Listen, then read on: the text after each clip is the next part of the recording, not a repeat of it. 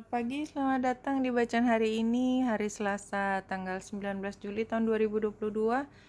Selamat datang di bacaan harian, bacaan umum untuk semua zodiak. Ambil hanya jika resonate. Silakan lihat description box di bawah video ini untuk rangkuman bacaan hari ini.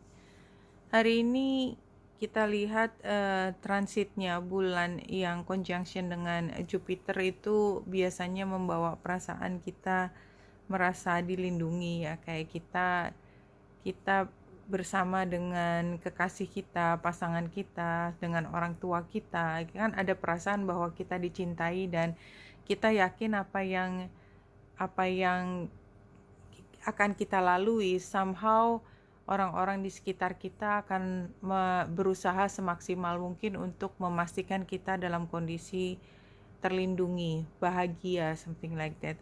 Tapi karena juga square dengan Lilith, maka memang tampaknya ada ancaman yang terasa real gitu ya, karena dan itu juga letaknya ada di rumah. Jadi somehow ya, kalau kita lihat ini kan kira-kira sebulan lalu itu sebenarnya udah ada kalau kejadian gitu ya, ketika ada orang ketiga, atau orang ketiga nggak harus saingan dalam percintaan. Orang ketiga tuh misalnya ibu mertua, something like that gitu ya. Jadi artinya ada orang yang tiba-tiba berada di tengah-tengah antara kita dengan orang yang paling kita cintai gitu ya. Dan itu nggak harus dalam bentuk percintaan, tetapi kayak ada pihak lain yang kita harus pikirkan juga. Jadi misalnya ini hubungan pekerjaan, kita tahu sama persis ya bahwa kecocokan itu ada dalam arti kata kalau kita mengerjakan sesuatu itu kita nggak usah bu gitu ya, atasan kita tinggal bilang ini tolong dikerjakan gitu ya, nggak usah pakai instruksi, nggak pakai apa, cuman sekali ngomong gitu kita udah tahu persis apa yang harus dilakukan. Dan karena sudah terbiasa tuh, biasanya udah nggak ada masalah gitu. Tapi dengan adanya karyawan satu yang ini juga harus diberi kesempatan yang sama, tapi somehow lebih bermasalah. Tentu kan atasan pengennya kan serba mudah gitu, yang orang yang biasa ngerjain yang dikasih tugas, tapi kayaknya kan semakin melebarkan jarak gitu dengan orang yang memang masih harus belajar, sehingga mau nggak mau kan jadi harus dipikirkan juga bagaimana memberi kesempatan yang sama, baik yang mengerjakan maupun yang memberi perintah gitu, melihat bahwa kita harus bersikap adil gitu somehow, walaupun kita tahu persis bahwa memang beda kapasitas, beda karakter, beda kepentingan, something like that gitu ya. Nah, di sini karena ada energi Aries yang menjadi focal point dari T-square antara matahari yang conjunction dengan Merkurius dan Ceres, oposisi dengan Pluto, maka tampaknya memang pada saat ini ada kesan kedengkian itu bisa menjadi dominan. Tidak harus sebenarnya dia menjadi big deal gitu ya, atau jadi matter gitu, enggak harus, tapi energi itu ada. Jadi Aries sama Lilith itu somehow sekarang berperan penting karena Aries diaktifasi oleh matahari dan Lilith diaktifasi oleh bulan yang conjunction dengan Jupiter. Jadi apapun yang terkena energi Jupiter itu kan menjadi berlebih-lebihan. Jadi kita emosinya juga menjadi lebih meningkat gitu. Kalau kita tidak kendalikan diri, tidak aware dengan situasi, bahwa kita tidak perlu terpancing ke situasi yang nggak perlu banget, yang hanya melelahkan hati, itu barangkali kita dengan serta-merta gitu ya terjun ke satu tempat dan melakukan hal yang pada akhirnya kita pikir ngapain juga gitu ya, kita pikirin ngapain juga kita bereaksi seperti itu. Dan ini kan North Node dan Uranus yang tentu saja dia oposisi dengan South Node itu juga membentuk T-square dengan Saturnus sebagai focal point. Jadi somehow ya, jadi di tengah situasi di mana kita harus compassion pada orang-orang yang sebenarnya kita juga nggak terlalu rela, tetapi kita tahu persis bahwa prinsip-prinsip fairness, prinsip-prinsip memberi kesempatan yang sama itu juga menekan kita. Kita nggak bisa lari dari situasi seperti itu ya. Jadi artinya mau nggak mau, seberapapun kita tidak ingin, kita dipaksa menjadi orang dewasa yang berpikir lebih jauh daripada apa yang kita sukai aja. Jadi kita tidak seenaknya, tetapi ada yang lebih tinggi daripada itu. Iya, jadi kalau dari penggambaran ini semua masih berproses. Tidak ada yang sudah terpatri di tempat yang tidak mungkin dihapus lagi, enggak. Semuanya masih belum ada keputusan, dan sebenarnya apa sih masalahnya itu juga sekarang belum kelihatan sih. Jadi artinya kalau kita bersabar aja, tidak perlu memaksa semuanya menjadi jelas pada saat ini, karena juga nggak mungkin ya, nggak mungkin. Entah karena yang memegang informasi juga belum siap untuk terbuka, atau ya memang belum ada gitu yang bisa dibongkar gitu, karena ya belum sampai aja. Tapi kalau kita lihat bulan yang ada di Pisces, udah di Aries ya. Kalau ada di Aries, maka menurut saya compassion itu adalah yang utama. Jadi pada saat ini sabar dan tetap berempati pada pihak-pihak yang mungkin berbeda, dan kadang-kadang kita juga merasa tidak nyaman karena harus hidup bersama orang yang berbeda dengan kita, tapi this is life gitu ya. Langit pun mengatakan demikian, so what gitu ya. Kalau kita lihat di sini, satu kartu yang loncat ini adalah Red Native ya. From the time of the first man, every thought has been recorded within the collective consciousness. Jadi kadang-kadang kan kita berpikir orang yang begitu matang, begitu inspiratif gitu ya, dia itu tetap orang. Pada usia tertentu dia mengalami seperti halnya semua orang, degeneratif. Dia menjadi pikun. Yang tadinya dia begitu cemerlang menjadi tidak terlalu cemerlang, padahal waktu cemerlang itu betapa idenya sangat berharga, dan sekarang tidak. Apakah kemudian idenya dia yang berharga, semua prestasinya masa lalu itu akan hilang dimakan waktu dan nggak ada sisanya sama sekali? Kalau di sini penggambarannya Red Native ini adalah nggak ada yang sia-sia. Di otak kita bekerja, seberapapun kreativitas kita telah sampai di mana gitu ya, mungkin masih jauh dari kreativitas yang membuahkan, tetapi semua proses sudah berjalan. Itu sebenarnya ada yang namanya kolektif kolektif memori. Jadi dia nggak hilang, dia tetap ada. Jadi nggak ada yang sia-sia, termasuk ide kita, walaupun pada saat kita hidup belum tentu sudah bisa dimanifestasikan dalam kreativitas.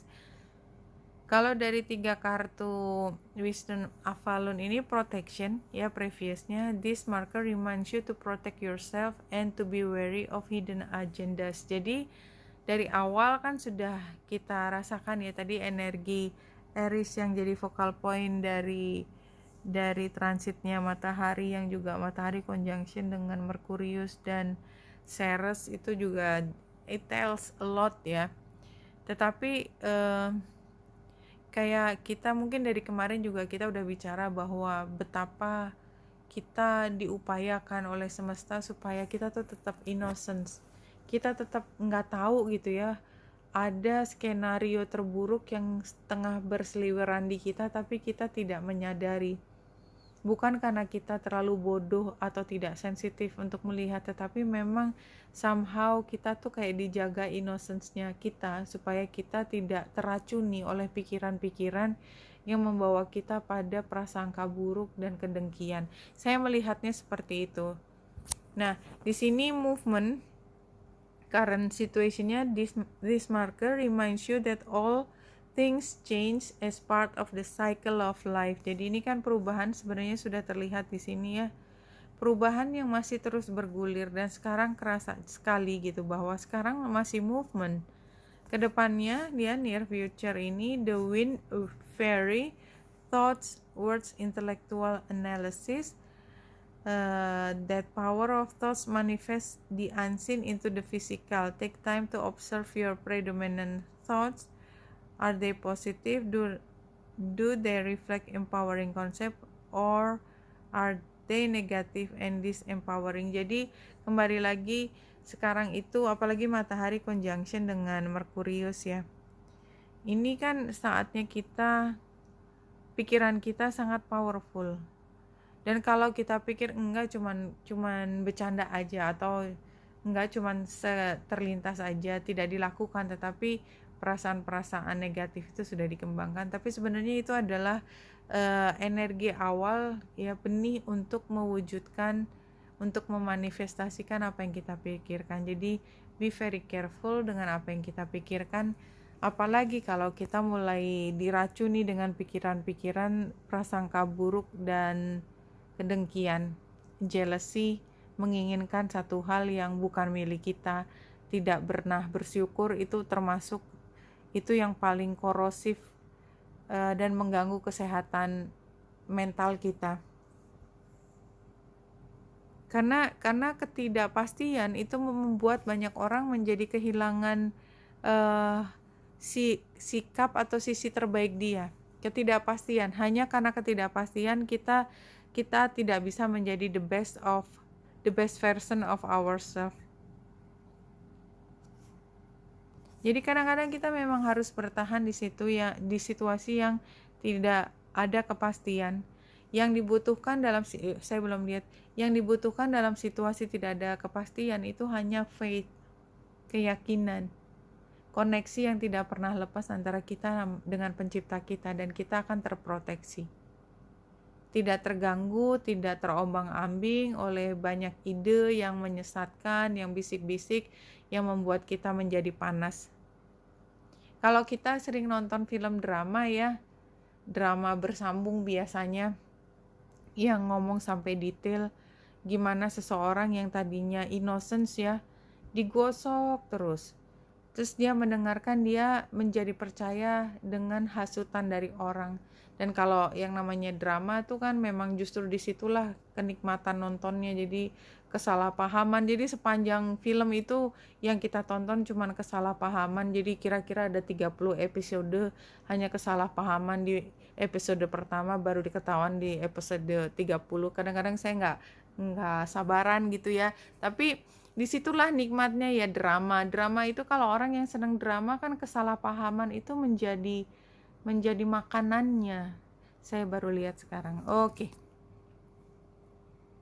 Withdrawal, indifference, dissatisfaction, boredom, daydreaming. Jadi ini kan situasi dimana kita tuh nggak terlalu nyambung sama lingkungan kita ya.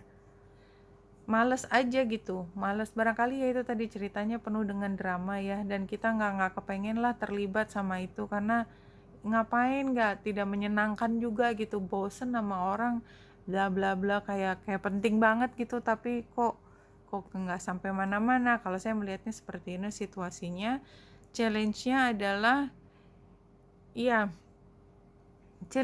adalah walaupun situasi kita ketahui ini adalah situasi yang tidak produktif ya, tapi somehow kita tidak bisa assessment, tidak bisa melihat ini sebagai satu hal yang tidak ada manfaatnya, atau kita kehilangan kesabaran gitu loh. Jadi rasanya ingin ikut terjun di dalam drama yang tidak berujung itu. Advice, wounded, experience, guarded ya. Jadi kalau menurut saya itu adalah pertahanan diri supaya kita tetap innocence ya. Dari tadi kayaknya yang kita bicarakan adalah innocence ya. Outcome-nya misunderstanding, lies, confusion, denial, iya. Jadi itu tadi yang saya cerita tentang misunderstanding yang oh my god. Jadi kadang-kadang saya pernah mendengarkan orang ngomongin orang lain, ngomongin tentang bagaimana persepsi orang tersebut salah tentang dirinya gitu. Tapi kan kadang-kadang orang bisa cerita sekali aja ya. Ini nggak cerita sampai berkali-kali. It's so tiring buat pendengar. Apalagi yang apa ya, kehabisan tenaga, energi ketika mendengarkan orang lain.